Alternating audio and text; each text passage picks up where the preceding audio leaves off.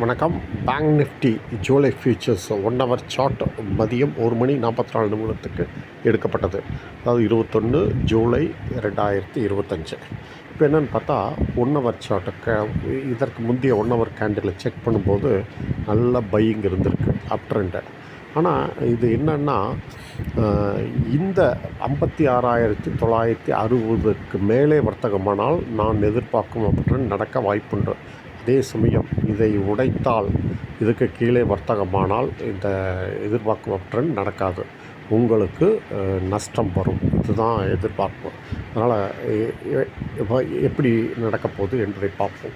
56,955 trend cider, இதற்கு மேலே வர்த்தகமானால் அப் trend, அப் target 57,254. இது சப்ளை ஜோனு. இங்கிருந்து செல்லிங் வரும், அங்கிருந்து இறங்க ஆரம்பிக்கும். அதே சமயம் இந்த நிலைக்கு கீழே வர்த்தகமானால் நான் எதிர்பார்க்கும் அப் ட்ரெண்ட் நடக்க வாய்ப்பில்லை.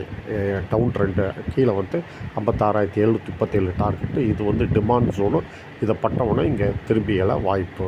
சரி, இதை கடந்தால் ஃபர்தர் அப் ட்ரெண்டு நடக்க வாய்ப்புண்டு. 57,254 கடந்து ஹோல்ட் செய்தால் 57,512 வரை செல்ல வாய்ப்பு. அதே சமயம் 56,737 உடைத்து ஹோல்டு செய்தால் 56,478 வரை கீழே விழ வாய்ப்பு. அதற்கு தகுந்தப்போ உங்கள் வர்த்தகத்தை அமைத்துக் கொள்ளுங்கள். நன்றி, வணக்கம். மீண்டும் அடுத்த வீடியோவில் சந்திப்போம்.